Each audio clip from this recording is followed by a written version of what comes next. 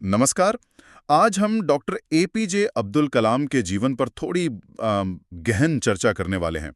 हमारे पास कुछ स्रोत हैं जिनका शीर्षक है APJ Abdul Kalam missile man से राष्ट्रपति। तो मकसद यही है कि इन स्रोतों से उनके सफ़र को और गहराई से समझें, उनकी कहानी के वो खास पहलू, वो मोड़ जो शायद एकदम से नज़र नहीं आते। कैसे एक साधारण शुरुआत से वो भारत के मिसाइल मैन बने और फिर राष्ट्रपति भी। इसमें ऐसा क्या खास था? तो चलिए देखते हैं इन स्रोतों में क्या मिलता है। कहानी की शुरुआत करते हैं उनके बचपन से। तो जाहिर है कहानी शुरू होती है 15 अक्टूबर 1931 को तमिलनाडु के रामेश्वरम में। स्रोत बताते हैं कि जन्म एक कह सकते हैं मध्यम वर्गीय तमिल मुस्लिम परिवार में हुआ था। पिताजी जैनुलाब्दीन वो नाव बनाते थे और स्थानीय मस्जिद के इमाम भी थे, और माँ आशियम्मा वो गृहिणी थी। सुनने में तो हाँ, काफी सामान्य शुरुआत लगती है ना? हाँ, बिल्कुल सामान्य। पर यहाँ एक दिलचस्प बात है जो स्रोत बताते हैं। वो जो 1914 में पंबन पुल बना ना, रामेश्वरम और मुख्य भूमि के बीच, उसके खुलने के बाद उनके परिवार का जो पारंपरिक काम था नाव बनाने और तीर्थयात्रियों को लाने ले जाने का, वो धीरे धीरे कम हो गया। एक स्रोत में उनके पिता का जिक्र है कि वो कहते थे वक्त बदल रहा था और हमें भी बदलना पड़ा। तो इससे परिवार को आर्थिक तंगी भी झेलनी पड़ी। अच्छा, तो ये सिर्फ एक सामान्य शुरुआत नहीं थी, मतलब इसमें शुरुआती संघर्ष भी था। हाँ, बिल्कुल। और ये जो शुरुआती मुश्किलें होती हैं ना, वो अक्सर किसी के व्यक्तित्व को बनाने में, उसको आकार देने में बड़ा रोल निभाती है। सही कहा। और शायद इन्हीं संघर्षों की वजह से उनमें वो जिद या वो जज्बा पैदा हुआ। लगता तो यही है। स्रोत इस बात पर जोर देते हैं कि परिवार की मदद के लिए कलाम साहब ने बहुत बहुत छोटी उम्र में काम करना शुरू कर दिया था। सबसे मशहूर किस्सा तो हम सबने सुना है, अखबार बेचने वाला। हाँ, सुबह 4 बजे उठना, फिर गणित की ट्यूशन जाना और फिर अखबार बांटना। हाँ, सुना है। तो ये सिर्फ पैसे कमाने की बात नहीं थी, ये दिखाता है कि उनकी इच्छा शक्ति कितनी जबरदस्त थी और पढ़ाई के लिए कितना गहरा समर्पण था। एक जगह जिक्र है कि उनके एक टीचर ने कहा था, उस लड़के की आंखों में सीखने की एक अलग ही चमक थी। और ये जुनून सिर्फ स्कूल तक ही नहीं रहा होगा, है ना? रामेश्वरम से बाहर निकलकर आगे पढ़ना वो भी आसान नहीं रहा होगा। बिल्कुल नहीं। पहले Schwartz higher secondary school Ramanathapuram गए, फिर सेंट जोसेफ कॉलेज तिरुचिरापल्ली से आम भौतिकी में ग्रेजुएशन किया। यहाँ एक बात नोट करने वाली है, उनका पहला प्यार तो फिजिक्स और मैथ्स था, पर शायद आर्थिक हालात ऐसे थे कि उन्हें इंजीनियरिंग की तरफ जाना पड़ा, जहां नौकरी की उम्मीद ज्यादा थी। अच्छा। फिर वो गए मद्रास इंस्टीट्यूट ऑफ टेक्नोलॉजी यानी MIT, जहां से उन्होंने एरोनॉटिकल इंजीनियरिंग की। और स्रोत ये भी बताते हैं कि MIT की फीस भरने के लिए उनकी बड़ी बहन ने अपने गहने तक गिरवी रख दिए थे। ये जो परिवार का त्याग और साथ था ना, ये भी उनके जीवन का एक बहुत अहम हिस्सा रहा। वाह, ये जानना सच में बहुत जरूरी है कि परिवार का कितना बड़ा हाथ था उनके सफर में। तो एरोनॉटिकल इंजीनियरिंग के बाद फिर रास्ता विज्ञान और तकनीक की दुनिया की तरफ गया। हाँ, और यहीं से कह सकते हैं कहानी का वो हिस्सा शुरू होता है जिसने उन्हें राष्ट्रीय पहचान दी। पढ़ाई पूरी करते ही वो जुड़े रक्षा अनुसंधान एवं विकास संगठन यानी DRDO से। शुरुआत में तो उन्होंने सेना के लिए एक छोटा हेलीकॉप्टर डिजाइन करने पर काम किया, पर स्रोत बताते हैं कि DRDO में वो अपने काम से शायद पूरी तरह खुश नहीं थे। उन्हें लगता था कि वहाँ काम थोड़ा धीमा है, विजन की कमी है। हाँ, और शायद यही असंतोष उनके करियर का एक टर्निंग पॉइंट बना। 1969 में उन्हें भेज दिया गया भारतीय अंतरिक्ष अनुसंधान संगठन यानी इसरो में। और वो दौर था जब भारत अपना स्पेस प्रोग्राम बस शुरू ही कर रहा था। विक्रम साराभाई जैसे लोग थे वहां, तो ISO में एक अलग ही माहौल था, एक जोश था। इसरो, और वही उन्हें वो बड़ा मौका मिला जिसने इतिहास बना दिया, SLV-3 परियोजना। स्रोत कहते हैं कि उन्हें भारत के पहले स्वदेशी सैटेलाइट लॉन्च व्हीकल SLV-3 का प्रोजेक्ट डायरेक्टर बनाया गया था। सोचिए कितनी बड़ी जिम्मेदारी। बहुत बड़ी जिम्मेदारी थी। सोचिए एक देश जो तकनीकी रूप से अभी पैरों पर खड़ा हो ही रहा था, वो अपना खुद का रॉकेट बनाने की सोच रहा था, सैटेलाइट को ऑर्बिट में भेजने के लिए। SLV-3 सिर्फ एक रॉकेट नहीं था, वो भारत की तकनीकी महत्वाकांक्षा थी, आत्मनिर्भर बनने की चाहत का प्रतीक था। और ऐसा नहीं कि सब आसानी से हो गया। स्रोत बताते हैं कि कई बार असफलता मिली। 1979 में पहला लॉन्च फेल हो गया था। कलाम साहब ने खुद लिखा है कि वो उस दिन कितने निराश थे, लेकिन तब के ISRO chief professor Satish Dhawan, उन्होंने पूरी जिम्मेदारी खुद ली और टीम का हौसला बढ़ाया। कमाल का नेतृत्व। और फिर अगले ही साल 1980 में SLV-3 कामयाब रहा, रोहिणी सैटेलाइट को सफलतापूर्वक ऑर्बिट में पहुंचा दिया। हाँ, और वो भारत के लिए एक ऐतिहासिक पल था। भारत उन कुछ गिने चुने देशों में शामिल हो गया जिनके पास अपनी सैटेलाइट लॉन्च करने की क्षमता थी। इस कामयाबी ने न सिर्फ दुनिया में भारत का मान बढ़ाया, बल्कि हमारे वैज्ञानिकों और इंजीनियरों में एक नया, एक जबरदस्त आत्मविश्वास भर दिया। और इसमें कलाम साहब का नेतृत्व, उनकी तकनीकी समझ, इसका बहुत बड़ा हाथ था।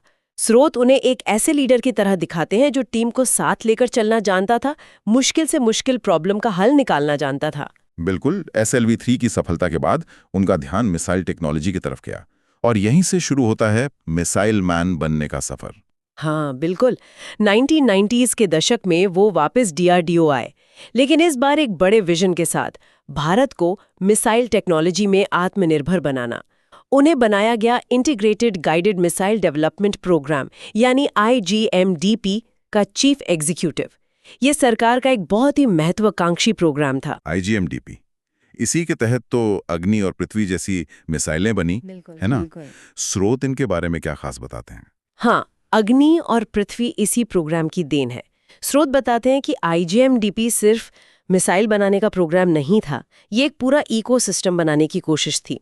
इसमें अलग-अलग DRDO labs, universities, private industry, सबको एक साथ लाया गया। कलाम साहब का विजन सिर्फ टेक्नोलॉजी बनाना नहीं था, बल्कि उसे जमीन पर उतारना, बड़े पैमाने पर प्रोडक्शन करना भी था। अग्नि मिसाइल, जो कि एक इंटरमीडिएट रेंज बैलिस्टिक मिसाइल है, और पृथ्वी, जो सतह से सतह पर मार करने वाली मिसाइल है, ये इस प्रोग्राम की सबसे बड़ी उपलब्धियां मानी जाती हैं। इनके सफल परीक्षणों ने भारत की रक्षा क्षमता को बिल्कुल एक नए लेवल पर पहुंचा दिया। तो मिसाइल मैन का टाइटल सिर्फ इसलिए नहीं कि उन्होंने मिसाइलें बनाई, बल्कि इसलिए कि उन्होंने भारत को इस अहम क्षेत्र में आत्मनिर्भरता का रास्ता दिखाया। बिल्कुल सही कहा आपने। ये टाइटल उनके तकनीकी योगदान का तो सम्मान है ही, साथ ही उनके रणनीतिक विजन और लीडरशिप का भी सम्मान है। स्रोत ये भी बताते हैं कि इस दौरान उन पर कई अंतर्राष्ट्रीय दबाव भी थे, तकनीकी चुनौतियां भी थीं, लेकिन उनका ध्यान बिल्कुल अपने लक्ष्य पर था। और हाँ, 1998 के पोखरण 2 परमाणु परीक्षणों में भी उनकी एक अहम भूमिका थी, तकनीकी और संगठनात्मक दोनों स्तर पर। उस समय वो प्रधानमंत्री के मुख्य वैज्ञानिक सलाहकार थे। एक वैज्ञानिक के तौर पर इतनी ऊंचाई छूने के बाद उनके जीवन में एक और, शायद थोड़ा अप्रत्याशित मोड़ आया, भारत के राष्ट्रपति का पद। साल 2002 में ये कैसे हुआ? मतलब एक वैज्ञानिक का राष्ट्रपति बनना ये तो बहुत आम नहीं है। नहीं, बिल्कुल आम नहीं था। ये वाकई असाधारण था। स्रोत बताते हैं कि उस वक्त जो सत्ता में थी NDA सरकार, उन्होंने इन्हें राष्ट्रपति पद का उम्मीदवार बनाने का फैसला किया। और हैरानी की बात ये थी कि मुख्य विपक्षी दल कांग्रेस समेत लगभग सभी पार्टियों ने उनके नाम का समर्थन कर दिया। अच्छा? हाँ, ये दिखाता है कि उनकी स्वीकार्यता कितनी ज्यादा थी। वो पार्टी पॉलिटिक्स से कितने ऊपर थे, वो किसी राजनीतिक पृष्ठभूमि से नहीं थे, और शायद यही बात उनके पक्ष में गई। लोग उनमें एक ईमानदार, कर्मठ और प्रेरणा देने वाला व्यक्तित्व देखते थे। और राष्ट्रपति बनने के बाद उन्हें जनता के राष्ट्रपति कहा जाने लगा। स्रोत क्या बताते हैं इस टाइटल के पीछे? क्या सिर्फ इसलिए कि वो राजनीति से नहीं थे? नहीं, सिर्फ वो कारण नहीं था।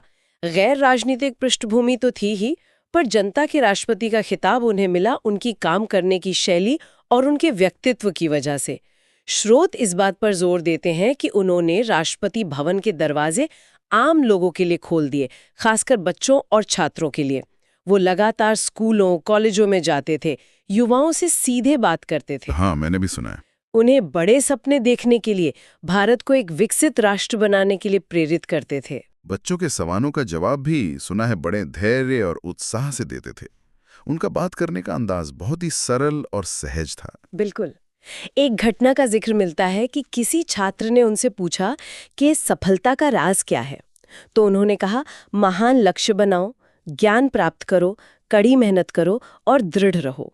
ये उनकी फिलॉसफी का मतलब सार था। वो मुश्किल से मुश्किल वैज्ञानिक या दार्शनिक बातों को भी आम आदमी की भाषा में समझा सकते थे। उनकी सादगी, उनकी विनम्रता और सबसे बड़ी बात, हर किसी से आसानी से जुड़ जाने की उनकी कला, इसी ने उन्हें लोगों के दिलों में बसा दिया।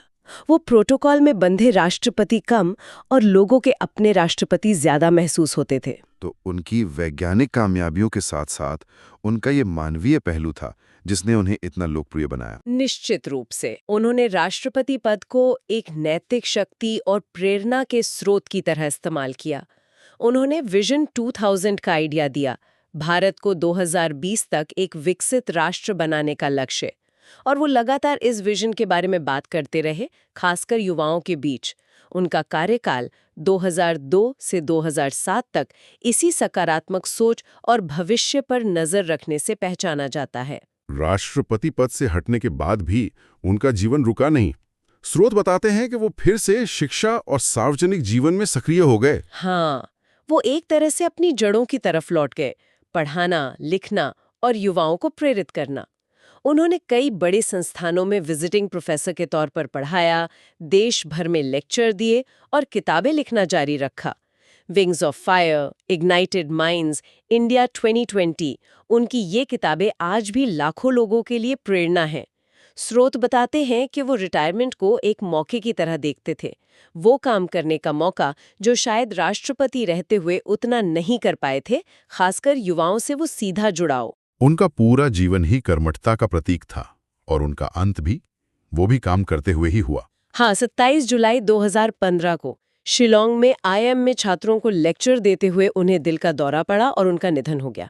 वो 83 वर्ष के थे और अपने आखिरी पल तक वही कर रहे थे जिससे उन्हें सबसे ज्यादा प्यार था, ज्ञान बांटना और युवाओं को प्रेरित करना। स्रोत इसे उनके जीवन के दर्शन का प्रतीक मानते हैं, अंत तक सक्रिय रहना, अंत तक योगदान देना। तो इन सभी स्रोतों को देखने के बाद कलाम साहब की कहानी का निचोड़ क्या निकलता है? क्या मतलब है इसका हमारे लिए? देखिए, निचोड़ ये है कि डॉक्टर कलाम की कहानी सिर्फ एक व्यक्ति की असाधारण उपलब्धियों की लिस्ट नहीं है। ये इस बात का सबूत है कि हालात चाहे कितने भी मुश्किल क्यों ना हो, अगर पक्का इरादा हो, ज्ञान की प्यास हो और कड़ी मेहनत करने का जज्बा हो, तो इंसान किसी भी ऊंचाई तक पहुंच सकता है। रामेश्वरम की गलियों से राष्ट्रपति भवन तक का उनका सफर सिर्फ किस्मत की बात नहीं थी, ये उनके चरित्र, उनके मूल्यों और उनकी कभी ना खत्म होने वाली कोशिशों का नतीजा था। और उनकी विरासत सिर्फ मिसाइलों या राष्ट्रपति पद तक ही नहीं है। सही कहा ना? बिल्कुल नहीं। उनकी असली विरासत शायद उनके विचारों में है। बड़े सपने देखने का साहस देना, असफलताओं से सीखने की हिम्मत देना, देश सेवा की भावना जगाना और सबसे बढ़कर युवाओं में विश्वास जताना। स्रोत बताते हैं कि वो हमेशा कहते थे कि युवा ही देश का भविष्य है और उन्हें सही दिशा दिखाना सबसे ज़रूरी काम है। उनकी सादगी, ईमानदारी, सकारात्मक सोच ये आज भी लाखों लोगों को राह दिखाती है। जाते जाते एक सवाल मन में आता है, जैसा कि स्रोत भी शायद इशारा करते हैं, हम उन्हें मिसाइल मैन या जनता के राष्ट्रपति के रूप में याद करते हैं ना, लेकिन इन बड़े बड़े टाइटल्स के पीछे डॉक्टर कलाम का वो कौन सा बुनियादी मानवीय गुण है? क्या वो उनकी बच्चों जैसी जिज्ञासा थी जो कभी खत्म ही नहीं हुई, या उनकी वो गहरी सादगी जिसने उन्हें सत्ता के शिखर पर भी जमीन से जोड़े रखा, या फिर हर तरह के इंसान से इतनी आसानी से जुड़ जाने की उनकी वो कमाल की कला? आज की इस भागदौड़ भरी उलझी हुई दुनिया में उनका कौन सा गुण हमारे लिए सबसे ज्यादा प्रासंगिक है, सबसे ज्यादा अपनाने लायक है?